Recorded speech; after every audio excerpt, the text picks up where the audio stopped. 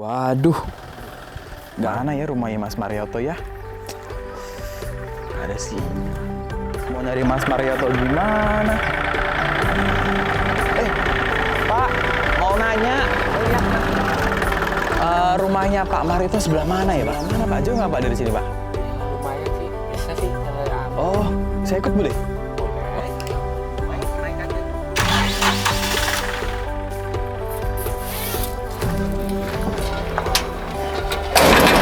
Pak Ran, Oke, alat udah siap turun lahan. alhamdulillah sudah Pak. Untuk kekurangan apa aja? Kekurangan ya perlunya oli, liter. Iya, Oh, filter. di sini Mas rumahnya Mas. Iya, orang sebenarnya lagi Baru bersih-bersih kayaknya ya. Oh ya, Mas Marioto.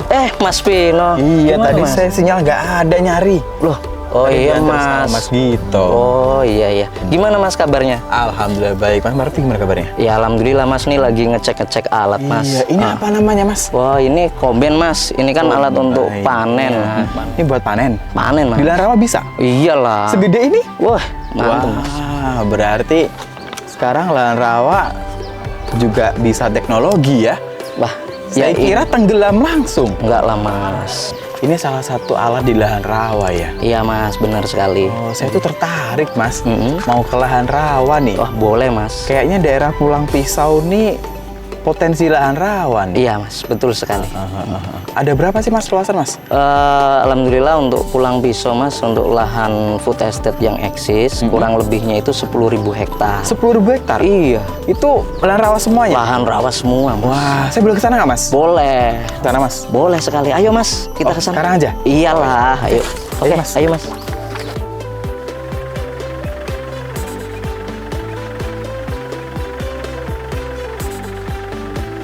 Hari ini kita kedatangan atau kita yang menyampiri ya, kita yang menyampiri salah satu narasumber kita yaitu yang Ambassador Agriculture 2022 yaitu ada Mas Marioto. Selamat pagi Mas Marioto. Pagi Mas Vino. Disapa dulu Sobat Yes semuanya. Halo Sobat Yes.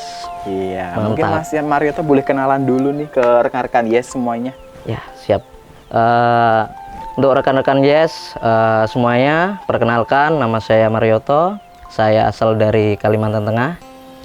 Tentunya saya selama ini berusaha di lahan rawa. Tentunya dalam bidang pertanian di sektor padi. Mas Marioto, kita Iya, Mas Bimo. mungkin boleh ngobrol sedikit ya. Ya. Banyak mungkin ya Mas ya. Boleh Mas Bimo. Mengenai dari mulai kan 2022 dinobatkan menjadi yang ambasador. Berarti udah hampir 2 tahun ya. Iya, benar Bahkan sekali Mas Bimo. Tahun ini akan ada rekrutmen lagi gitu ya. Mas Marioto ini selama 2 tahun ini apa sih yang udah dilakukan Mas? Ya, selama 2 tahun ini, alhamdulillah saya sudah berusaha meresonansi bersama rekan-rekan saya Mas Pino mengenai kegiatan-kegiatan petani milenial tentunya, dan juga saya juga mencoba mengangkat ya intinya kelembagaan-kelembagaan yang ada di sektor pertanian, dari kelompok tani, terus Gapoktan, tentunya ya banyak hal lah Mas Vino. Iya. Berarti banyak hal yang sudah dilakukan. Salah satu tugas utama adalah resonansi ya Mas. Betul. Yang sudah dilakukan. Jadi ini menarik sobat-sobat semuanya, sobat Jas semuanya. Mas Marioto ini salah satu kegiatannya adalah ekstrakurikuler, mengisi ya Mas. Petani ya? milenial. Jadi memberikan muatan lokal mengenai pertanian Betul. sejak dini. Iya, Iya. betul sekali Mas. Jadi tujuannya agar Iya. ada penerus-penerusnya Mas, Penerusnya, ya. iya. Jadi di sini lahannya sangat luas. Betul Mas Vino. Jadi harus ada penerusnya. Luasan lahannya sekitar berapa sih Mas kalau di yang dikelola Mas Marioto dulu mungkin? Ya, kalau untuk yang dikelola saya Mas Vino itu kurang lebih 2 hektar. 2 hektar. Iya. Betul. Kalau secara keseluruhan di Pulang Pisau ya? Pulang Pisau Iya. Mas. Kalau untuk Pulang Pisau Mas Vino itu kurang lebih kalau yang udah eksis nih, ini ada sekitar 10.000 hektar. 10.000 hektar. Iya, Itu semua lahan rawa. lahan rawa Mas Vino. Waduh, Iya. berarti memang potensi ya Mas ya. Wah, sangat luar biasa Mas kalau untuk potensinya. Benar, dan memang harus ada regenerasi. Betul sekali. Tuh, ada salah satu kemarin saya janjikan kepada para penonton sobat ya semuanya ini Ya. eh, usaha di lahan rawa tuh cuan loh gitu ya. Iya. Berapa sih Mas cuannya Mas? Kalau bicara cuan nih Mas, Iya. ya ini sebenarnya tergantung gimana sih kita itu bisa mengolah hasil dari apa yang udah kita tanam. Iya. Nah, jadi apakah kita itu hanya cukup menanam dan menjual dengan mungkin boleh dikatakan itu kalau kita kan padi nih Mas. Iya. Ya, mungkin padi basahnya Iya. atau padi keringnya, atau kita juga memikirkan jangka panjangnya mungkin seperti kayak kita tuh hilirnya. Itu juga pikirkan. Nah, mungkin itu akan jadi nilai lebih. Iya. Nah, Benar. jadi kalau kita lihat itu untuk penghasilan yang cukup besar itu ya relatif ada di diri kita sendiri. Jadi tergantung kita mau Iya. pilih yang mana. Iya, Dari mau hulunya aja cuman gabah kering, kering atau basah. sampai gabah basah atau bisa jadi beras gitu ya Iya, mungkin betul, ya kalau betul. gabah. Iya. Kalau kita hitungannya kepada Sobat Yes ini mungkin lebih ke hulu ya Mas. Jadi Iya. kalau semisal dijual habis panen langsung dijual gitu laku berapa Mas? Kalau sekarang ini Mas Vino, alhamdulillah itu harganya udah mau naik nih Mas. Iya. Karena ini kan memang awal-awalnya panen.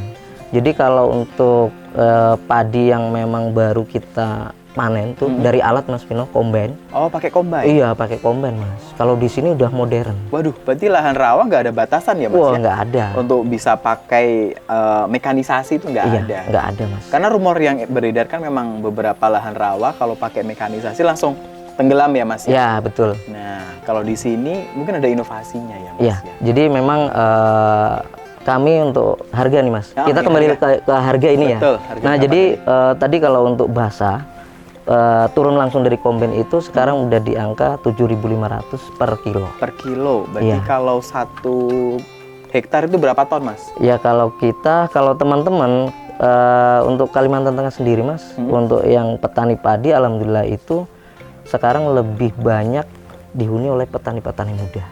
Oh. Hampir 50% Mas. Di Pulang Pisau ini? Pulang bisa. Wow, 50%-nya petani muda. Petani muda. Oh. Nah, maka dari itulah mungkin inovasi itu ada. Mm-mm. Jadi petani muda itu kan lebih cenderung apa ya? Berpikirnya adalah gimana caranya tuh kita bisa mendapatkan sebanyak-banyaknya cuan. Bener. Kan itu.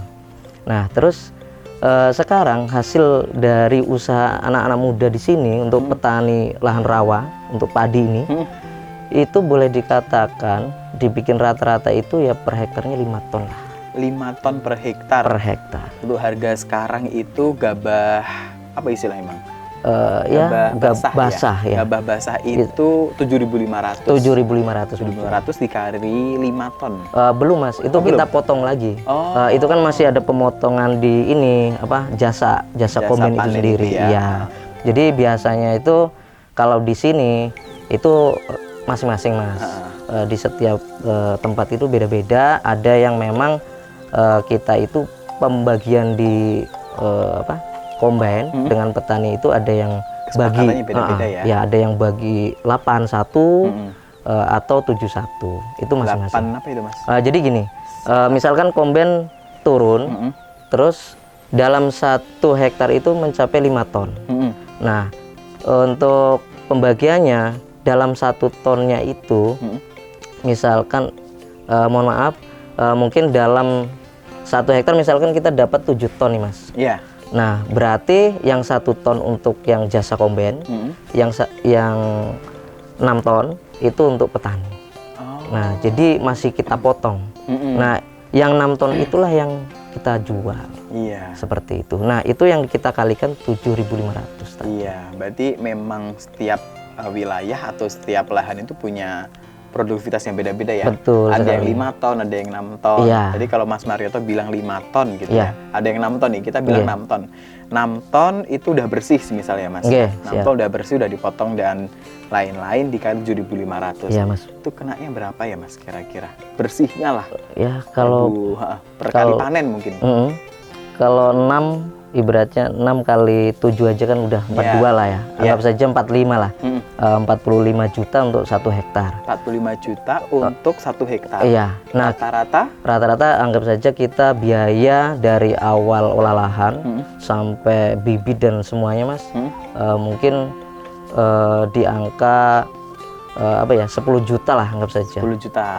Berarti 35 jutaan lah ya. Iya, 35 juta. Udah bersih. Udah bersih. Itu 1 hektar. Iya. Sedangkan Mas Mario tadi punya kisaran 2 hektar ya. Iya. Berarti sekitar 70 juta berarti ya. 35 juta per hektar. Ya. Dikali 2 berarti 70 juta. Dibagi berapa ini masa panen? Itu kisaran ya 5 bulan lah. 5 bulan. Iya, 5 bulan. Nah, tinggal bagi nih ya, sobat-sobat, 75 juta bagi 75 juta bagi 5 bulan. Iya. Berapa kenanya ini? Ya. Kisaran berapa tuh, Mas? 15. 15. 15 jutaan. Ya, kalau kita berhitung per bulan, kita kisar 15 juta per bulan udah bersih ya, Mas. Betul. Wah, berarti memang bener-bener cuan ya, Mas? Iya, bener, Mas. Iya, Mas Marioto. Tadi kan kita habis ngobrol mengenai kelembagaan nih. Iya, Mas. Dan dengar-dengar Mas Marioto ini kan juga sekarang baru mendirikan koperasi. Betul. Baru mendirikan Gapoktan. Iya. Mungkin boleh di-share nih, Mas, ke para subscribernya YouTube dari Yes nih. Ya. Seperti apa nih, Mas? Betul. Terbentuknya koperasi itu tadi, Mas, sebenarnya berawal dari kelembagaan kita, yaitu Gapoktan kan. Nah, jadi kalau untuk Gapoktan sendiri itu memang SK-nya itu kan dari kepala desa.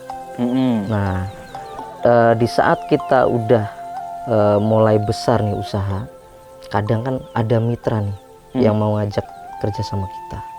Nah, di situ saya berpikir, kadang mitra itu kan harus ada MOU.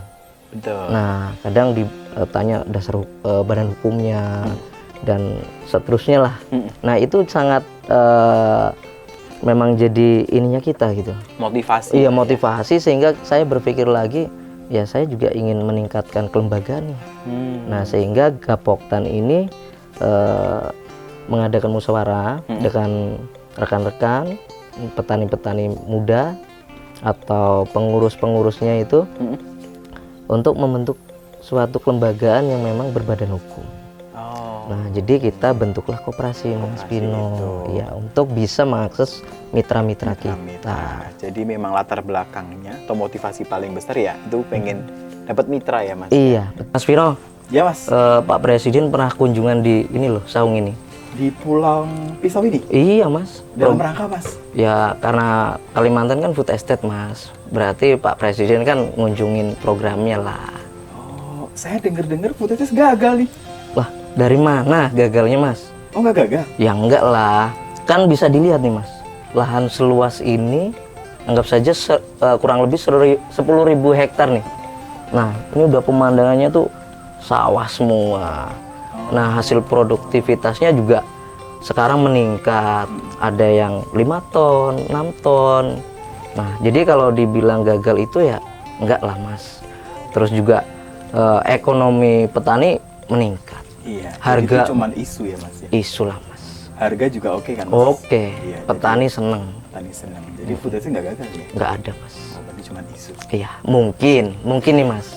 Mungkin ini apa ya? Boleh dikatakan itu food estate itu perlu jangka panjang. Jadi keberlanjutannya Iya, itu. keberlanjutannya. Nah, mungkin isu-isu tersebut itu dinilai hanya jangka pendeknya. Jadi baru mungkin yang extend nih, program extend baru cetak, tanam, gagal, disitulah yang diisukan. Tapi secara garis besarnya untuk Pulau Pisau kurang lebih 10.000 hektar bisa kita lihat nih, hijau. Mas Marioto saksinya ini ya. Iya, Pelaku Mas. utamanya. Ya. Jelas. Bahkan petani-petani mudanya senang terjun Dan sudah merasakan. merasakan. Presiden, pemerintah, bahkan Kementan udah support kami. Dari saprodinya, alsintannya, sekarang semua udah serba modern, Mas. Jadi cuma isu ya, Mas. Kalau food estate itu gagal ternyata. Ya kalau saya sih berpikirnya ya mungkin terlalu jangka pendek itu, Mas. Oke, sobat ya semuanya. Tadi beberapa wawancara kita yang sangat inspiratif dengan narasumber yang luar biasa, yaitu Mas Marioto. Terima kasih, Mas. Iya, Mas Vino, sama-sama, Mas Vino. Untuk menyempatkan kita pada podcast pada hari ini. Iya. Ya, jadi inti dari pernyataan Mas Marioto adalah jangan lupa untuk bekerja sama dan berkolaborasi. Oke, Sobat Yes, jangan lupa untuk mendaftar IAA Lahan Rawat tahun 2024. Sampai jumpa dalam podcast selanjutnya. Sekian, wassalamualaikum warahmatullahi wabarakatuh. See you.